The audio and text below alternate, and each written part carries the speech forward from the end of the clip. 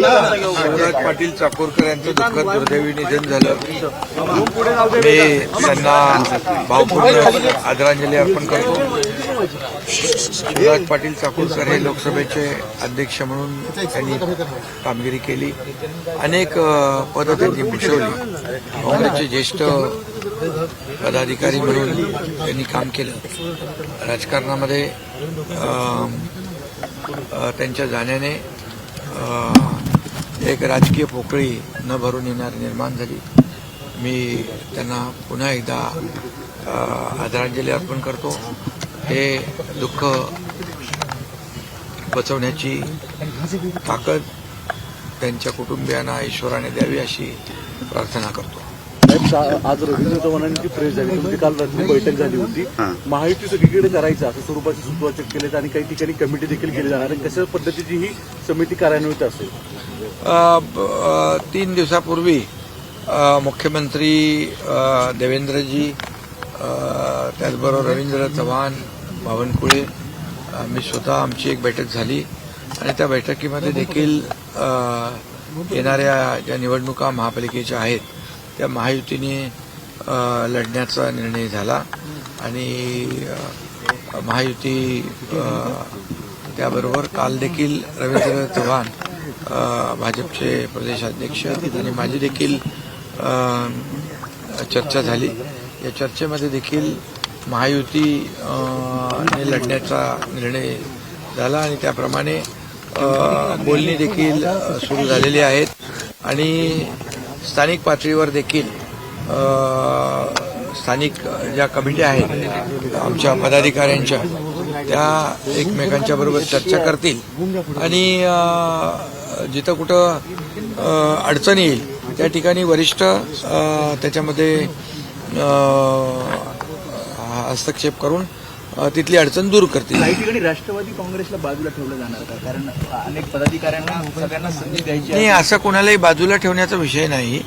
आम्ही महायुती म्हणूनच लढणार आहोत, त्यामुळे ही आता चर्चा सुरू झालेली आहे स्थानिक पातळीवर देखील आणि आमच्या वरिष्ठ पातळीवर देखील। त्यामुळे महायुतीच निवडणूक मजबूतीने लढेल आणि आपल्याला माहीत आहे की गेल्या 2.5 वर्षाचा मुख्यमंत्री पदाचा माझा काळ आणि आता आमची सेकंड इनिंग देवेंद्रजींची, यामध्ये 3.5 वर्षाच्या कारकिर्दीमध्ये या महाराष्ट्रामध्ये जे विकासाचे प्रकल्प, लोकाभिमुख कल्याणकारी योजना हे लोकांच्या समोर आहे, महाराष्ट्राच्या जनतेच्या समोर आहे आणि त्यामुळे आम्ही कामाच्या जोरावर, विकासाच्या अजेंड्यावर, विकास हा आमचा अजेंडा आहे आणि म्हणून याच विकासाच्या अजेंड्यावर आम्ही ह्या निवडणुका लढणार आहोत आणि महाराष्ट्रातली जनता सुज्ञ आहे, काम करणारे लोक आहेत, त्यांच्या निर्णय घेणारे लोक आहेत, त्यांच्या मागे उभे राहतील आणि महायुती सरकारने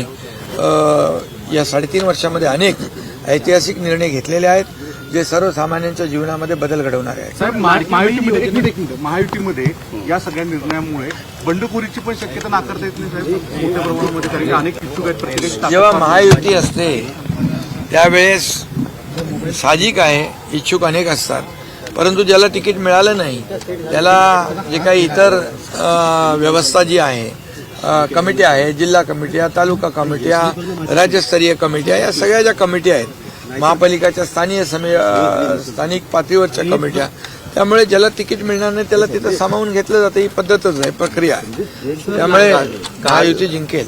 उद्धव ठाकरे आले होते देखील त्यांना उत्तर दिलं। आदित्य ठाकरे आता म्हणतात की एकनाथ शिंदे यांनी आरशात पाहिला। योजनेचा प्रभाव हा मुस्लिम मतदारसंघांमध्ये आहे, मुस्लिम महिलांची पसंती ही शिवसेना बनलेला आहे, त्या अनुषंगाने मुस्लिम मतदारसंघाच्या जास्त जागा त्या तुमच्या शिवसेनेला मिळतील असं मुस्लिम बहुल जागा आहेत त्या शिवसेनेला देण्याचा जो नाही, असं काय कुठल्या जागा देण्याचा घेण्याचा असा काही विषय नाही, परंतु मी एकच सांगतो, आम्ही योजना करताना कुठे भेदभाव केलेला नाही, सर्व समावेशक अशा योजना आम्ही केलेल्या आहेत आणि विकास करतानाही काही फरक केला नाही आणि लोकाभिमुख कल्याणकारी योजना, लाडकी बहीण योजना करताना देखील आम्ही कुठलाही भेदभाव केलेला नाही। त्यामुळे पागणीने जो निर्णय घेतलाय त्यांनी कुठेतरी विरोधकांच्या जिवारी लागल्या निर्णयाचं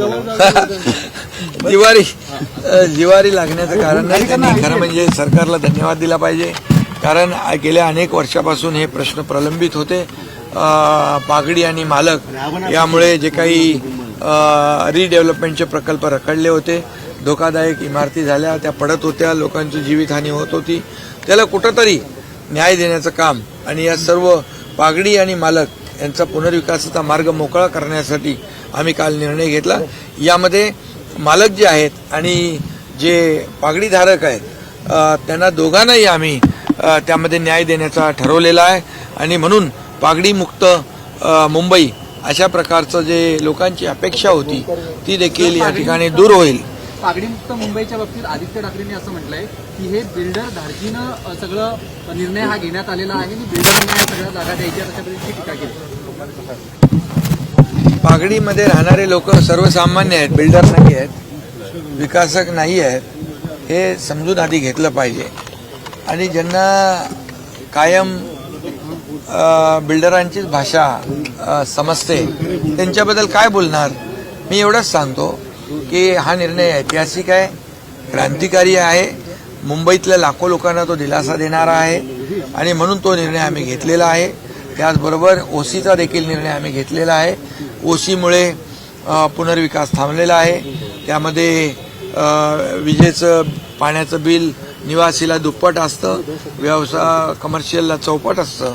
त्याचबरोबर ट्रान्झॅक्शन होत नाहीत, खरेदी विक्री होत नाही, बँकांची लोन मिळत नाहीत, पुनर्विकासामध्ये अडथळे येतात. त्यामुळे ओसीचा जो गेल्या अनेक वर्षापासूनचा प्रश्न आहे, 28,000 केसेस प्रलंबित आहेत आणि म्हणून 28,000 इमारती आणि ह्या जवळपास 13,000-14,000 इमारती ज्या आहेत पागडीच्या, या लाखो लोकांना हा दिलासा आहे. त्यामुळे विरोधकांच्या पायाखालची वाळू सरकली आहे. आता काय होणार?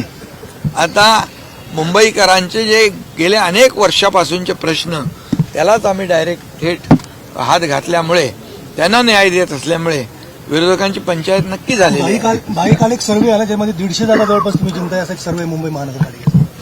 नाही आता ठीक आहे ना, जे आता आम्ही काम करतोय महायुती म्हणून ते त्याचा परिणाम निवडणुकीमध्ये तर दिसेलच. शेवटी मुंबईकर हा शून्य आहे. आम्ही मुंबईसाठी केलेली कामं जी आहेत ती आपण पाहतोय. मुंबई मधले कॉन्क्रीटचे रस्ते, सिवरेज ट्रीटमेंट प्लांट, थांबवलेले मेट्रो प्रकल्प, कारशेड प्रकल्प आणि जे विरोधक आज बोलतायत त्यांनी मुंबई जी काही अवस्था मुंबईची करून ठेवलेली आहे ती आपण जनता पाहते. त्यामुळे मोठ्या प्रमाणावर SRA प्रकल्प क्लस्टरच्या माध्यमातून, धोकादायक इमारती क्लस्टरच्या माध्यमातून मुंबई बाहेर फेकला गेलेला मुंबईकर पुन्हा मुंबईमध्ये आणण्याचं काम जे आम्ही म्हणतोय ते आम्ही करून दाखवतोय. त्यामुळे हे विरोधक आता त्यांना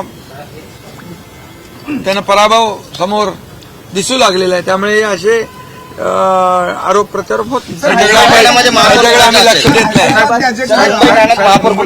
महापौर महायुतीचा असेल, महायुती जोरदारपणे जिंकेल. काय शुभेच्छा असतील? शरद पवारांचा वाढदिवस त्यांना वाढदिवसाच्या खूप खूप शुभेच्छा देतो मी आणि त्यांचं आरोग्य उत्तम राहो अशा मनापासून शुभेच्छा. देश विदेशातील प्रत्येक घडामोडींचे लाईव्ह अपडेट मिळवण्यासाठी आता साम टीव्हीच्या सर्व सोशल मीडिया प्लॅटफॉर्मला लाईक, फॉलो आणि सबस्क्राईब करा. तसंच सर्व नोटिफिकेशनसाठी बेल आयकॉन प्रेस करायला विसरू नका.